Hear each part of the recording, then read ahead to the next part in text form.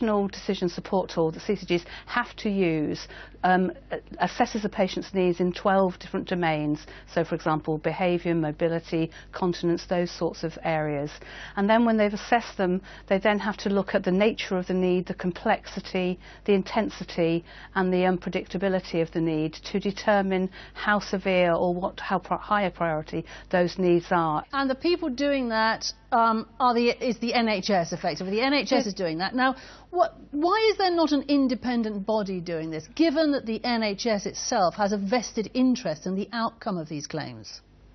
Well, the NHS doesn't have a vested interest in the outcomes of the claims. The NHS has a responsibility to ensure that the NHS funds are spent appropriately on issues that are primary health related.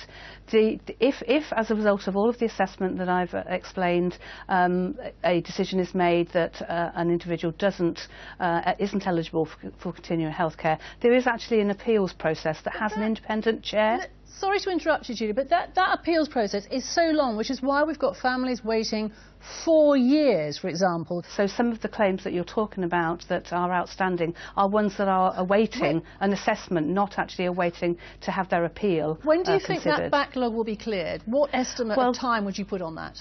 The Parliamentary Health Service Ombudsman has said that it's her expectation that all of the backlog of claims should be dealt with by March 2017. And given that we're now well over 3/4 of the way through, then certainly NHS England, I think, is of the view that that will be achieved. Julie Wood, thank you very much. Thank you.